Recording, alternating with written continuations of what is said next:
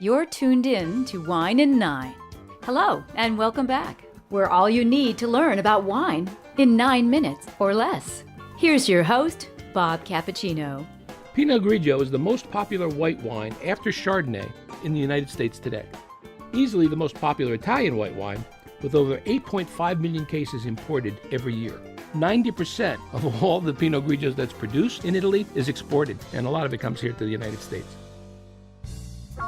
Now, it's rare to find a wine list or a wine by the glass program today that doesn't offer Pinot Grigio. The greatest source of Pinot Grigio is in the northeastern Italian regions of Friuli, Trentino, Alto Adige, and Veneto. And each of them offer wines that have distinct differences.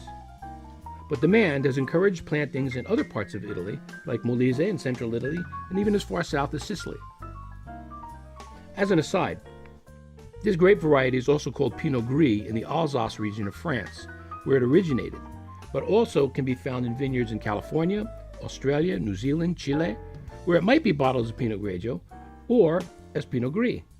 In Hungary, this grape is known as Zuckerbrot, and in Germany, they call it Ruhlander or Grauburgunder. Now, you can see that the variety has really become popular. It's even projected that Italy cannot keep up with the ever-growing demand.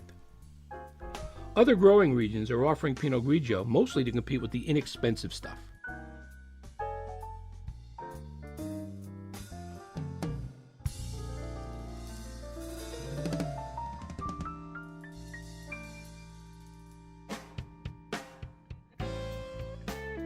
Italian Pinot Grigio can trace its popularity to the early 1970s, when Chicago-based Paterno Imports introduced Santa Margherita Pinot Grigio to their distribution chain.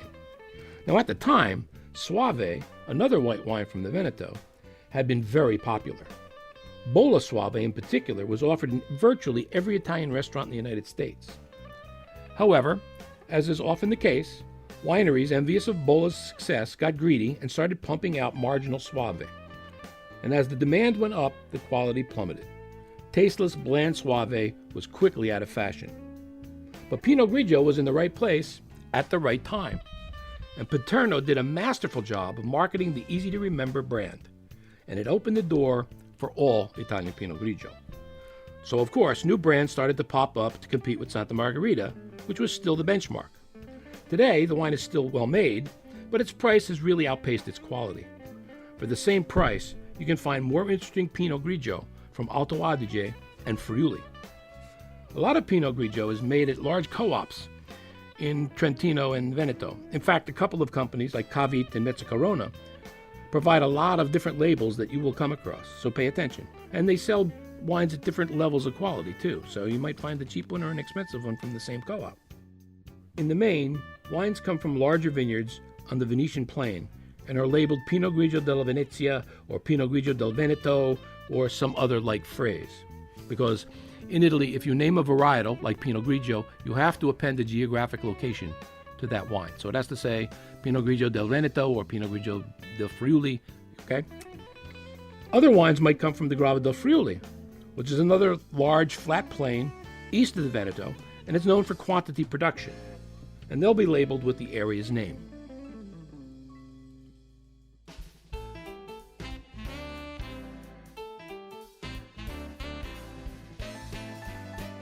All of these are made in steel tanks and are almost always light-bodied, soft and fruity, and sometimes sweet wines that are somewhat innocuous. Chilled, they shed almost all varietal character.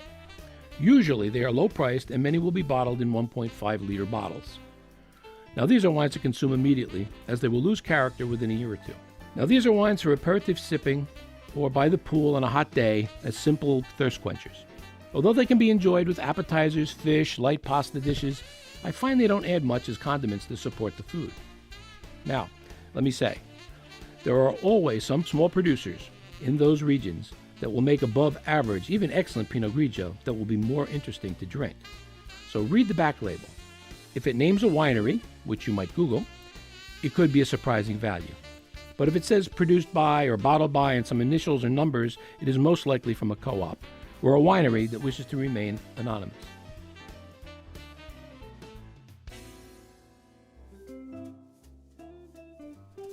Now, there's some people who look down their noses at Pinot Grigio. They only seem to recognize the mass-produced stuff.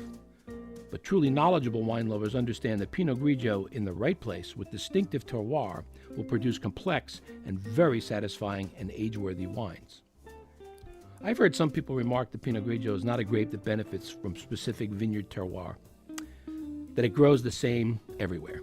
And I disagree totally. The Pinot Grigios grown in the steep slopes and high altitudes of Alto Adige provide fruit that is sturdy and boldly acidic. The winemaking tradition here is more Germanic than Italian, so the wines always have crisp acidity, enticing aromas, and bright fruit. These are wonderful companions to roasted fowl, lake fish, and light pork dishes. Alto Adige wines in general age very well. Actually, I prefer them with 2 or 3 years of bottle time where they settle down and become fuller flavored. Can you imagine that? Pinot Grigio, 3 or 4 years old, and it's delicious. I can say the same for wines made in the impeccable vineyards of Friuli Venezia Giulia, which border Slovenia to the east of Italy. 2 districts, the Colli Orientali, which means the Eastern Hills, and the Collio, produce stunning wines of grace, elegance, and depth, wines that age beautifully. They have unique soils there, having once been a sea bottom, and the airflow off the Adriatic adds a delicious salinity to the wines. Now, as you might expect, seafood dominates the menus here. So roasted fish, shrimp, langoustine, razor clams are the specialities totally matched to Friuli and Pinot Grigio. Alto Adige and Friuli and Pinot Grigio will cost you a bit more than the insipid cheap stuff from elsewhere. But for their prices, they will deliver amazing wines of great value. And once you taste them, you won't settle for anything less. Now, I mentioned that in other countries, Pinot Grigio can also be made as Pinot Gris. It is the lead white grape in Oregon today. Now, these are made more in the French style, with barrel fermentation, lees contact, oak aging. They can be amazing. But, well, that's for another day. This is Bob Cappuccino for Wine and Nine. Thanks for listening to Wine and Nine. We hope we used your 9 minutes wisely. If so, or if not, please let us know. Give us your feedback, good, bad, whatever. We'd love to hear from you. Look for Wine and Nine across social media.